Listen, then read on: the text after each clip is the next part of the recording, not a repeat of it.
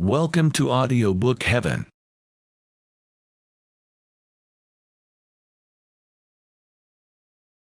The Odyssey by Homer, translated by Samuel Butler, Book 5. And now, as dawn rose from her couch beside Tithonus, harbinger of light alike to mortals and immortals, the gods met in council, and with them Jove the lord of thunder, who is their king. Thereon Minerva began to tell them of the many sufferings of Ulysses, for she pitied him away there in the house of the nymph Calypso. "Father Jove," said she, "and all you other gods that live in everlasting bliss, I hope there may never be such a thing as a kind and well-disposed ruler any more, nor one who will govern equitably. I hope they will all be henceforth cruel and unjust, for there is not one of his subjects but has forgotten Ulysses, who ruled them as though he were their father. There he is, lying in great pain in an island where dwells the nymph Calypso, who will not let him go, and he cannot get back to his own country, for he can find neither ships nor sailors to take him over the sea. Furthermore, wicked people are now trying to murder his only son Telemachus, who is coming home from Elis and Lacedaemon, where he has been to see if he can get further news of his father." "What, my dear, are you talking about?" replied her father. "Did you not send him there yourself, because you thought it would help Ulysses to get home and punish the suitors? Besides, you are perfectly able to protect Telemachus, and to see him safely home again, while the suitors have to come scurrying back without having killed him." When he had thus spoken, he said to his son Mercury, "Mercury, you are our messenger. Go therefore and tell Calypso we have decreed that poor Ulysses is to return home. He is to be convoyed neither by gods nor men, but after a perilous voyage of 20 days upon a raft he is to reach fertile Scheria, the land of the Phaeacians, who are near of kin to the gods, and will honor him as though he were one of ourselves. They will send him in a ship to his own country, and will give him more bronze and gold and raiment than he would have brought back from Troy if he had had all his prize money and had got home without disaster. This is how we have settled that he shall return to his country and his friends." Thus he spoke, and Mercury, guide and guardian, slayer of Argus, did as he was told. Forthwith he bound on his glittering golden sandals, with which he could fly like the wind over land and sea. He took the wand with which he seals men's eyes in sleep, or wakes them just as he pleases, and flew holding it in his hand over Pieria. Then he swooped down through the firmament till he reached the level of the sea, whose waves he skimmed like a cormorant that flies fishing every hole and corner of the ocean, and drenching its thick plumage in the spray. He flew and flew over many a weary wave, but when at last he got to the island which was his journey's end, he left the sea and went on by land till he came to the cave where the nymph Calypso lived. He found her at home. There was a large fire burning on the hearth, and one could smell from far the fragrant reek of burning cedar and sandalwood.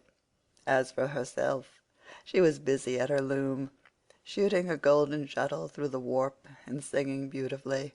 Round her cave there was a thick wood of alder, poplar, and sweet-smelling cypress trees, wherein all kinds of great birds had built their nests, owls, hawks, and chattering sea-crows that occupy their business in the waters. A vine loaded with grapes was trained and grew luxuriantly about the mouth of the cave. There were also 4 running rills of water in channels cut pretty close together, and turned hither and thither so as to irrigate the beds of violets and luscious herbage over which they flowed. Even a god could not help being charmed with such a lovely spot, so Mercury stood still and looked at it. But when he had admired it sufficiently he went inside the cave. Calypso knew him at once, for the gods all know each other, no matter how far they live from one another. But Ulysses was not within. He was on the seashore as usual, looking out upon the barren ocean, with tears in his eyes, groaning and breaking his heart for sorrow. Calypso gave Mercury a seat, and said, "Why have you come to see me, Mercury? Honored and ever welcome, for you do not visit me often. Say what you want. I will do it for you at once if I can, and if it can be done at all. But come inside, and let me set refreshment before you." As she spoke she drew a table loaded with ambrosia beside him, and mixed him some red nectar. So Mercury ate and drank till he had had enough, and then said, "We are speaking god and goddess to one another, and you ask me why I have come here, and I will tell you truly, as you would have me do. Jove sent me. It was no doing of mine. Who could possibly want to come all this way over the sea, where there are no cities full of people to offer me sacrifices or choice hecatombs? Nevertheless I had to come, for none of us other gods can cross Jove nor transgress his orders. He says that you have here the most ill-starred of all those who fought 9 years before the city of King Priam, and sailed home in the 10th year after having sacked it. On their way home they sinned against Minerva, who raised both wind and waves against them, so that all his brave companions perished, and he alone was carried hither by wind and tide. Jove says that you are to let this man go at once, for it is decreed that he shall not perish here, far from his own people, but shall return to his house and country and see his friends again." Calypso trembled with rage when she heard this. "You gods," she exclaimed, "ought to be ashamed of yourselves. You are always jealous and hate seeing a goddess take a fancy to a mortal man and live with him in open matrimony.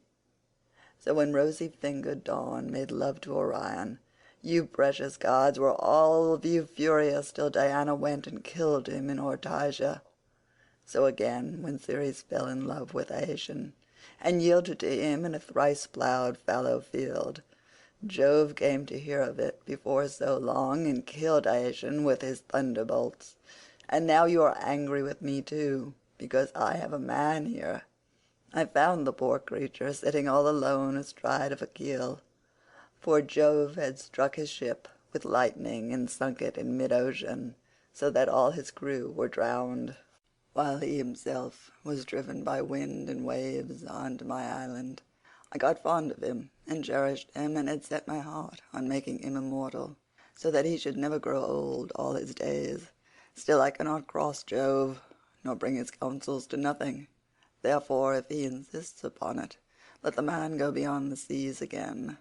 But I cannot send him anywhere myself, for I have neither ships nor men who can take him. Nevertheless, I will readily give him such advice in all good faith as will be likely to bring him safely to his own country."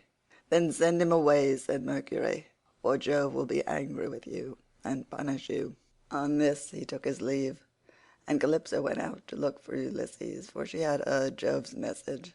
She found him sitting upon the beach, with his eyes ever filled with tears, and dying of sheer homesickness, for he had got tired of Calypso, and though he was forced to sleep with her in the cave by night, it was she, not he, that would have it so. As for the daytime, he spent it on the rocks and on the seashore, weeping, crying aloud for his despair, and always looking out upon the sea. Calypso then went close up to him and said, "My poor fellow, you shall not stay here grieving and fretting your life out any longer. I am going to send you away of my own free will, so go, cut some beams of wood, and make yourself a large raft with an upper deck, that it may carry you safely over the sea. I will put bread, wine, and water on board to save you from starving. I will also give you clothes, and will send you a fair wind to take you home, if the gods in heaven so will it, for they know more about these things and can settle them better than I can." Ulysses shuddered as he heard her. "Now, goddess," he answered, "there is something behind all this. You cannot be really meaning to help me home when you bid me do such a dreadful thing as put to sea on a raft. Not even a well-found ship with a fair wind could venture on such a distant voyage. nothing that you can say or do shall make me go on board a raft unless you first solemnly swear that you mean me no mischief." Calypso smiled at this and caressed him with her hand. "You know a great deal," said she, "but you are quite wrong here. May heaven above and earth below be my witnesses, with the waters of the river Styx, and this is the most solemn oath which a blessed god can take, that I mean you no sort of harm, and am only advising you to do exactly what I should do myself in your place. I am dealing with you quite straightforwardly. My heart is not made of iron, and I am very sorry for you." When she had thus spoken, she led the way rapidly before him, and Ulysses followed in her steps. So the pair, goddess and man, went on and on till they came to Calypso's cave, where Ulysses took the seat that Mercury had just left. Calypso set meat and drink before him, of the food that mortals eat, but her maids brought ambrosia and nectar for herself, and they laid their hands on the good things that were before them. When they had satisfied themselves with meat and drink, Calypso spoke, saying, "Ulysses, noble son of Laertes, so you would start home to your own land at once? Good luck go with you, but if you could only know how much suffering is in store for you before you get back to your own country, you would stay where you are. Keep house along with me, and let me make you immortal, no matter how anxious you may be to see this wife of yours, of whom you are thinking all the time, day after day. Yet I flatter myself that I am no whit less tall or well-looking than she is, for it is not to be expected that a mortal woman should compare in beauty with an immortal." "Goddess," replied Ulysses, "do not be angry with me about this. I am quite aware that my wife Penelope is nothing like so tall or so beautiful as yourself. She is only a woman, whereas you are an immortal.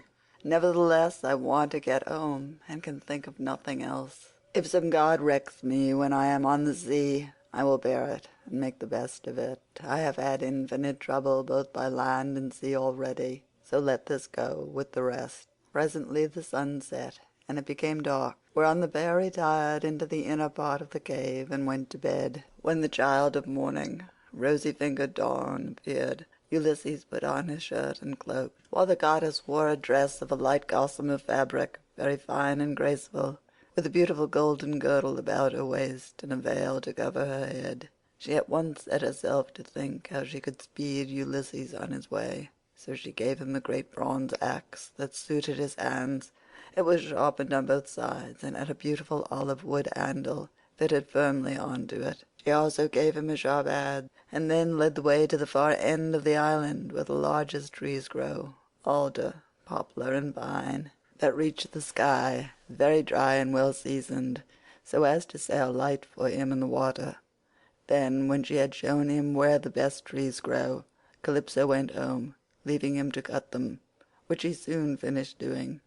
He cut down 20 trees in all, and adzed them smooth, squaring them by rule in good workmanlike fashion. Meanwhile Calypso came back with some augers, so he bored holes with them and fitted the timbers together with bolts and rivets. He made the raft as broad as a skilled shipwright makes the beam of a large vessel, and he filed a deck on top of the ribs, and ran a gunwale all around it.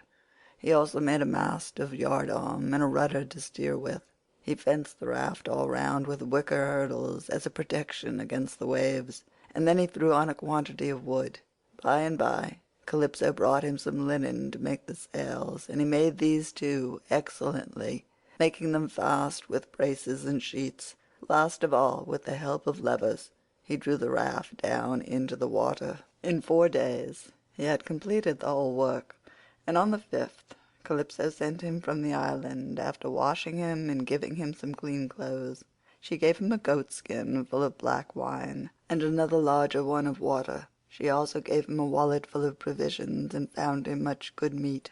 Moreover, she made the wind fair and warm for him, and gladly did Ulysses spread his sail before it, while he sat and guided the raft skillfully by means of the rudder. He never closed his eyes, but kept them fixed on the Pleiades, on late setting boots, and on the bear, which men also called the Wain, and which turns round and round where it is, facing Orion, and alone never dipping into the stream of Oceanus, for Calypso had told him to keep this to his left. Days 7 and 10 did he sail over the sea, and on the 18th the dim outlines of the mountains on the nearest part of the Phaeacian coast appeared, rising like a shield on the horizon.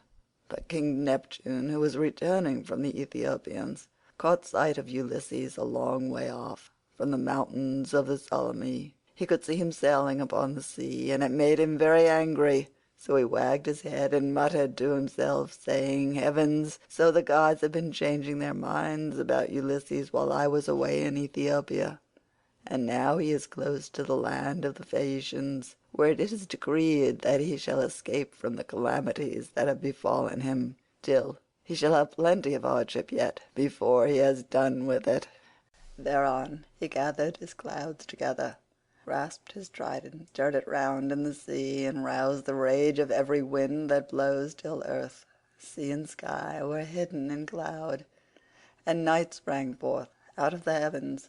Winds from east, south, north, and west fell upon him all at the same time, and a tremendous sea got up, so that Ulysses' heart began to fail him.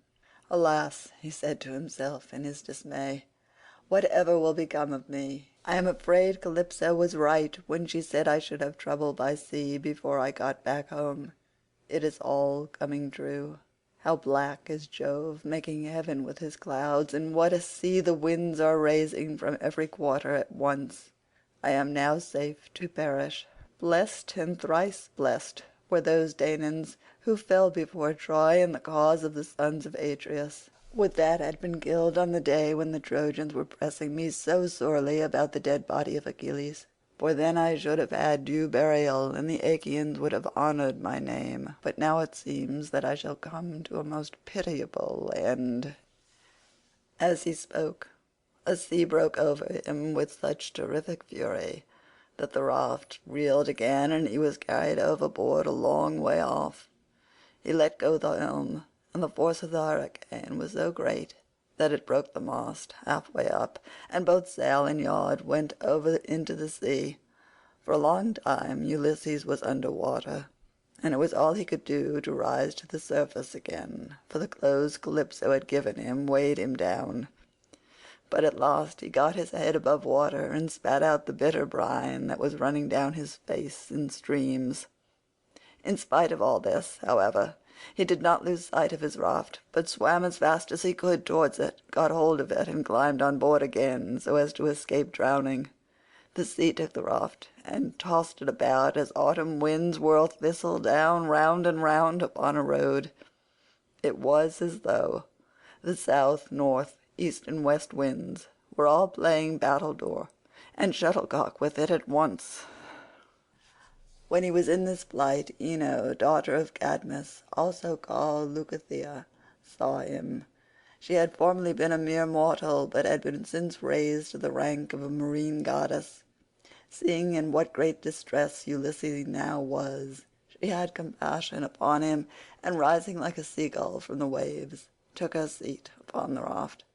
"My poor good man," said she, "why is Neptune so furiously angry with you? He is giving you a great deal of trouble, but for all his bluster he will not kill you. You seem to be a sensible person. Do then as I bid you. Strip, leave your raft to drive before the wind, and swim to the Phaeacian coast where better luck awaits you. And here, take my veil and put it round your chest.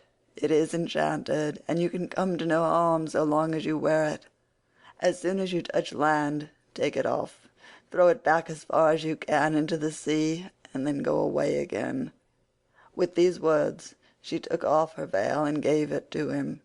Then she dived down again like a seagull and vanished beneath the dark blue waters. But Ulysses did not know what to think. "Alas," he said to himself in his dismay, "this is only some one or other of the gods who is luring me to ruin by advising me to quit my raft. At any rate I will not do so at present, for the land where she said I should be quit of all troubles seem to be still a good way off, I know what I will do. I am sure it will be best, no matter what happens. I will stick to the raft as long as her timbers hold together, but when the sea breaks her up I will swim for it. I do not see how I can do any better than this." While he was thus in two minds, Neptune sent a terrible great wave that seemed to rear itself above his head, till it broke right over the raft, which then went to pieces as though it were a heap of dry chaff tossed about by a whirlwind. Ulysses got astride of one plank and rode upon it as if he were on horseback. He then took off the clothes Calypso had given him, bound Ino's veil under his arms, and plunged into the sea, meaning to swim on shore. King Neptune watched him as he did so, and wagged his head, muttering to himself and saying, "There now, swim up and down as you best can, till you fall in with the well-to-do people. I do not think you will be able to say that I have let you off too lightly." On this he lashed his horses and drove to Aegea, where his palace is. But Minerva resolved to help Ulysses, so she bound the ways of all the winds except one, and made them lie quite still. But she roused a good stiff breeze from the north, that should lay the waters till Ulysses reached the land of the Phaeacians, where he would be safe. Thereon he floated about for 2 nights and 2 days in the water, with a heavy swell on the sea, and death staring him in the face. But when the 3rd day broke, the wind fell, and there was a dead calm, without so much as a breath of air stirring. As he rose on the swell he looked eagerly ahead, and could see land quite near. Then, as children rejoice when their dear father begins to get better after having for a long time borne sore affliction, sent him by some angry spirit, but the gods deliver him from evil, so was Ulysses thankful when he again saw land and trees, and swam on with all his strength, that he might once more set foot upon dry ground. When, however, he got within earshot, he began to hear the surf thundering up against the rock, for the swell still broke against them with a terrific roar. Everything was enveloped in spray. There were no harbours where a ship might ride, nor shelter of any kind, but only headlands, low-lying rocks, and mountain tops. Ulysses' heart now began to fail him, and he said despairingly to himself, "Alas, Jove has let me see land after swimming so far that I had given up all hope. But I can find no landing place, for the coast is rocky and surf-beaten. The rocks are smooth and rise sheer from the sea, with deep water close under them, so that I cannot climb out for want of foothold. I am afraid some great wave will lift me off my legs and dash me against the rocks as I leave the water, which would give me a sorry landing.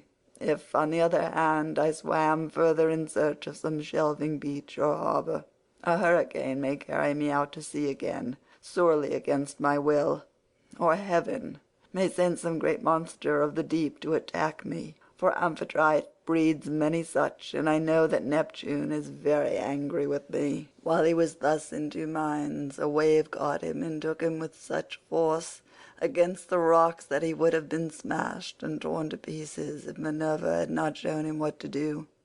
He caught hold of the rock with both hands and clung to it, groaning with pain, till the wave retired, so he was saved that time. But presently the wave came on again and carried him back with it far into the sea, tearing his hands as the suckers of a polypus are torn when some one plucks it from its bed, and the stones come up along with it. Even so did the rocks tear the skin from his strong hands, and then the wave drew him deep down under the water.